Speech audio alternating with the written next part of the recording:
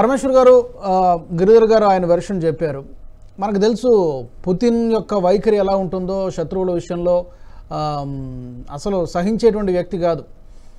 ఇప్పుడు ఉక్రెయిన్ అని ప్రస్తుతానికి చెప్తూ ఉన్నారు, ఇంకా ఏంటంటే నిర్ధారణ కాలేదు. ఉక్రెయిన్ అనే గనక ఆధారాలు లభించి పక్కాగా అనుకుంటే గనక ఎలా ఉండొచ్చు రియాక్షను, ప్రతిచర్య ఎలా ఉండొచ్చు? అంటే ఒక న్యూక్లియర్ వెపన్స్ లాంటివి ప్రయోగించేటువంటి అవకాశం ఉంటుందా? ఎలా ఉండొచ్చు, కౌంటర్ ఎలా ఉండొచ్చు పుతిన్ దగ్గర నుంచి?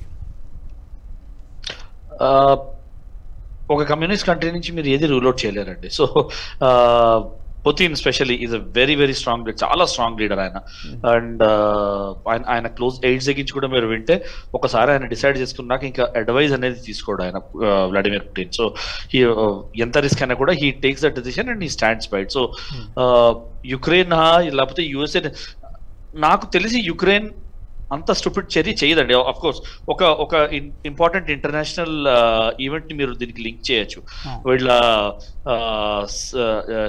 జేక్ సింక్లేర్ అనుకుంటాను, నేషనల్ సెక్యూరిటీ అడ్వైజర్, మొన్న రాత్రి జేక్ సలివాన్ అనుకుంటాను, సింక్లేర్ కాదు, జేక్ సలివాన్ వాళ్ళ నేషనల్ సెక్యూరిటీ అడ్వైజర్ మొన్న రాత్రి ఎమర్జెన్సీ విజిట్ చేసి యుక్రెయిన్ ప్రెసిడెంట్ ని కలిసి వెళ్ళాడు. సో ఒక విషయం మనం గుర్తుపెట్టుకోవాల్సింది ఏంటంటే USA is trying to push aid అండి, ఒక $60 బిలియన్ ఎయిడ్ ప్యాకేజ్ వెంటనే యుక్రెయిన్ కి పాస్ చేద్దామని ట్రై చేస్తుంది.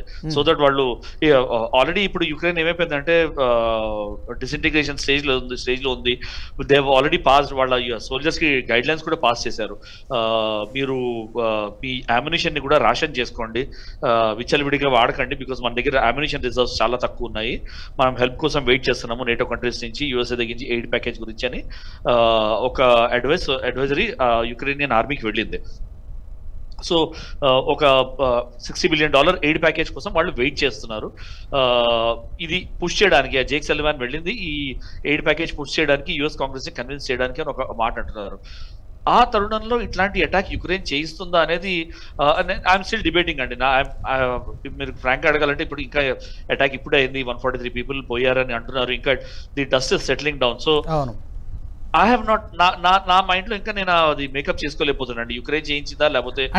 అంటే ఇందాక అన్నట్టుగా ఇప్పుడు ఉక్రెయిన్తో ఎలాగో వార్ జరుగుతోంది కాబట్టి ఉక్రెయిన్ మీద అటాక్ చేయడానికి ఇది ఒక సాకుగా చూపించబోతున్నారా, లేకపోతే అంటే గట్టిగా అటాక్ చేయడానికి ఇది ఒక రీజన్ గా చూపించబోతున్నారా? చేయొచ్చండి అది.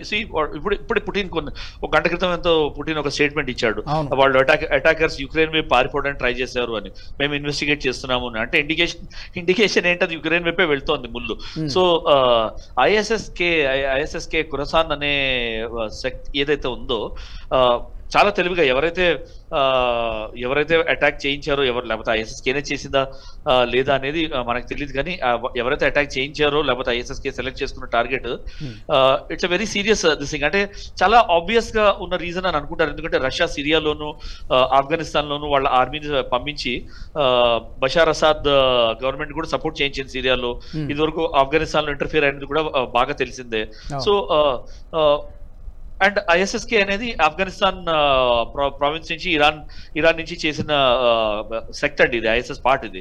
సో ఆటోమేటిక్ గా వాళ్ళకి ఏంటంటే అట్రిబ్యూట్ చేయొచ్చు, రష్యా అంటే పడదు ఐఎస్ఎస్ కి, సో వాళ్ళే అటాక్ చేశారు, చాలా ఈజీగా అట్రిబ్యూట్ చేయొచ్చు అని ప్లాన్ చేశారు ఎవరో. కానీ బట్ ఐఎస్ఎస్కేకి అలాంటి కేపబిలిటీ ఉందా అనేది మీరు ఒకటి నోట్ చేస్తే లాస్ట్ ఇయర్ జూన్ లో అనుకుంటాను ఒక అటాక్ ఇన్యాక్టివ్ గా ఉందని కూడా చెప్తూ ఉన్నారు, అంత యాక్టివ్ గా లేదని చెప్తూ ఉన్నారు. వాళ్ళ లీడర్ ని తాలిబాన్ ఇంకా ఆఫ్ఘనిస్తాన్ ఫోర్సెస్ కలిసి వాళ్ళ లీడర్ సనావుల్లా గఫారీ అనే వాళ్ళ లీడర్ ఉండేవాడు, very young 32 year old leader ఒక ఆయన ఉండేవాడు. అతన్ని చంపేశారు లాస్ట్ జూన్ లో ఐఎస్ఎస్కే వాళ్ళని, తాలిబాన్ వాళ్ళు ఆఫ్ఘనిస్తాన్ ఫోర్సెస్ కలిసి. దాని తర్వాత వాళ్ళు చాలా ఇన్యాక్టివ్ ఉన్నారు, వాళ్ళు ఫండ్స్ కోసం స్ట్రగుల్ అయ్యారు. సో వాళ్ళు ఇంత పెద్ద అటాక్ పుల్ ఆఫ్ చేయగలుగుతారా ఇంత మోడర్న్ వెపన్స్ తోటి?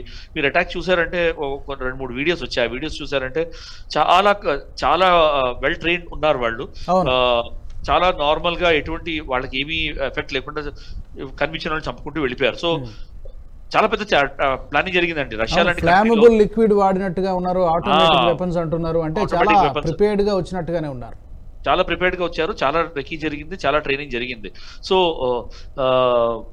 ఏది యాజ్ ఆఫ్ నో నన్ను అడిగితే ఏది రూల్ అవుట్ చేయలేము. రష్యా వాళ్ళ మీద వాళ్ళు చేయించుకున్నారా, యుక్రెయిన్ చేయించిందా as a retaliatory attempt? Because Ukraine కి ఒక లైన్ ఆఫ్ థాట్ ఏంటంటే యుక్రెయిన్ కి ఇంకా conventional war, holding war fight చేసే కేపబిలిటీ తగ్గిపోతుంది. సో వీళ్ళు పిన్సర్ అటాక్ లాంటివి, ఇట్లాంటివి గెరిల్లా అటాక్ లాంటివి చేయించి రష్యాని ఇంటర్నల్ గా ఎంగేజ్ చేయించచ్చా యుఎస్ఏ సపోర్ట్ తోటి, నేటో సపోర్ట్ తోటి అనేది అది ఉందా, లేకపోతే ఐఎస్ఎస్కేనే వాళ్ళ రివెంజ్ తీసుకోవడానికి చేసిందా అనేది మూడింటిని మనం రూల్ అవుట్ చేయలేం. కానీ నన్ను అడిగితే ఐఎస్ఎస్కే వాళ్ళంతటి వాళ్ళు చేశారనేది that is the least possible. వాళ్ళ ఉన్న స్టేట్, వాళ్ళ ఉన్న ఫైనాన్సెస్, వాళ్ళకి ఉన్న లీడర్షిప్ క్రైసిస్ చూస్తే ఐఎస్ఐఎస్కే మాత్రం ఇది చేసినట్టు నాకైతే అనిపించట్లేదండి. There is certainly some blessing and whenever ఇట్లాంటి అటాక్ జరిగింది అండ్ సర్టన్లీ సమ్ బ్లెస్సింగ్ అంటే ఫస్ట్ నేమ్ మనందరికీ వచ్చేది యుఎస్ఏ పేరండి. సో అండ్ ఆ జేక్ సలివన్ అంత సీక్రెటివ్ గా రావడము అవన్నీ యునో కొంచెం నాకైతే కొంచెం మైండ్ లో డౌట్, అనుమానాస్పదం, చాలా అనుమానాస్పదంగా ఉంది. కొంచెం ఇంకా అన్రావెల్ అయ్యాక, డస్ట్ సెటిల్ అయ్యాక వీళ్ళు ఇన్వెస్టిగేట్ చేస్తారు ఏమైంది, ఆ టైంలో కమ్యూనికేషన్స్ ఏవైతే జరిగాయో ఆ ట్యాప్స్ తీసుకుని ఇన్వెస్టిగేట్ చేస్తారండి. దానిలోంచి చాలా లీడింగ్ ప్రూఫ్స్ వస్తాయి. అవి వచ్చాక మళ్ళీ maybe we can think of, మనకి ఇంకా క్లియర్ ఎవిడెన్స్ ఉంటుంది. కేవలం కొద్ది గంటలు మాత్రం అయింది కాబట్టి మనం ఒక నిర్ధారణకు రాలేము. ఈ వీడియో మీకు నచ్చినట్టయితే లైక్ చేయండి, 10 మందికి షేర్ చేయండి. అలాగే కామెంట్ల రూపంలో మీ అభిప్రాయాలను మాతో పంచుకోండి. Nationalist hub group of channels ను సబ్స్క్రైబ్ చేసుకుని తెలుగునాట జాతీయవాద జర్నలిజాన్ని ప్రోత్సహించండి. ఈ వీడియో కింద ఉన్న బెల్ ఐకాన్ పై క్లిక్ చేయడం మర్చిపోవద్దు.